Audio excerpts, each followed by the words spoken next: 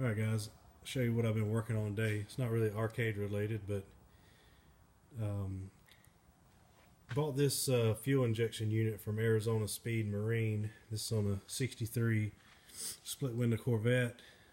This car was originally just a single barrel, 4-barrel carb car, and just found this unit here, and kind of fits the style of what was on 63 that you could get fuel injection. I think it looks pretty good. It just took a long time to get it from them, and run into a big problem today is that the harness for the O2 sensor has a male connector and the O2 sensor has a male connector. So just kind of hit a little stumbling block on that, and just want to kind of show you guys progress. But this sounded a lot easier than just throwing on the intake, but had to put a different set of cylinder heads on it. This one bolts up to a set of Vortex style heads, so I put a new set of Vortex heads on it. Just trying to make it look original. The cover for the distributor, I've been working on it. It's over there, and cutting it where to hide all that, and to try to hide the most wires I can. And then this here was originally your oil fill for your old intake, and up under there is actually the air temp sending unit. So kind of hid that and still made it look kind of original. But yeah, it's turned out pretty good till I hit that snag, and still a lot of little things I got to do to get it put back together, but it's turning out okay. I actually built this breather here. The breather itself is from Speedway, and I built this out of some Delrin, so it's going to mount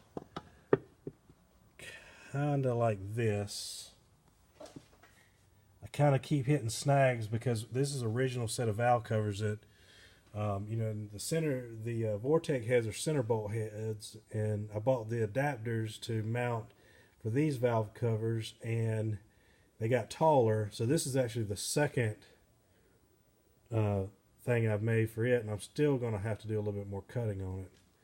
Every time I do one thing, I kind of get like 2 steps back, but eventually they get there. And I really didn't do anything arcade stuff today, except the MK1. I put a new power supply in it. I had this thing running the other day, and it kept resetting. Just noticed it kept resetting. So, and then I came in and the game wasn't playing, and the monitor was just like out of sync. So turned it off, and I checked the voltage on the power supply, and that was a new power supply maybe 3 or 4 years ago.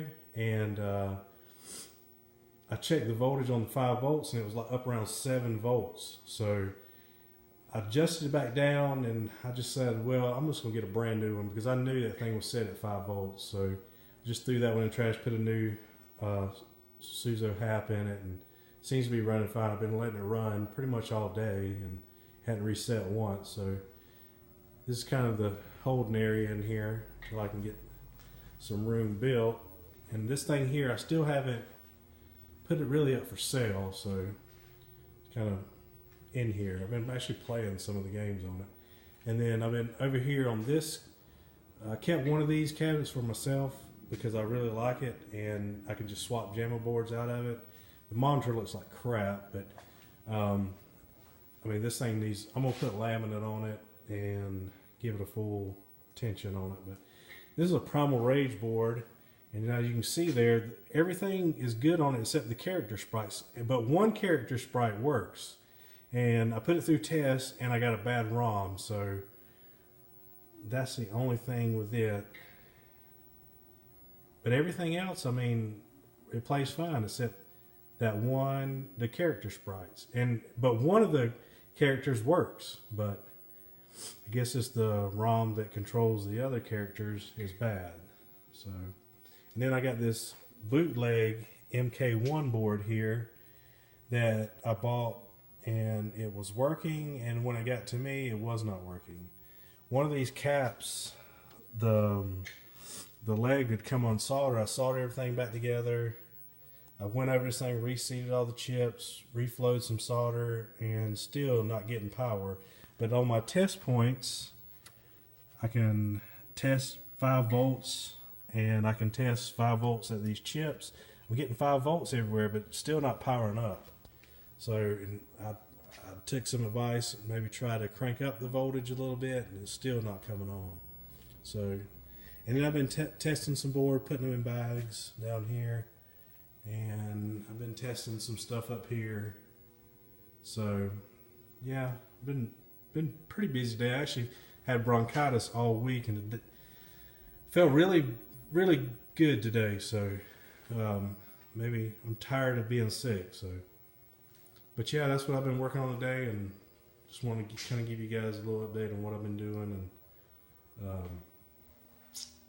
think I'm just gonna play some games for a little bit and call it a night. All right, guys, see you.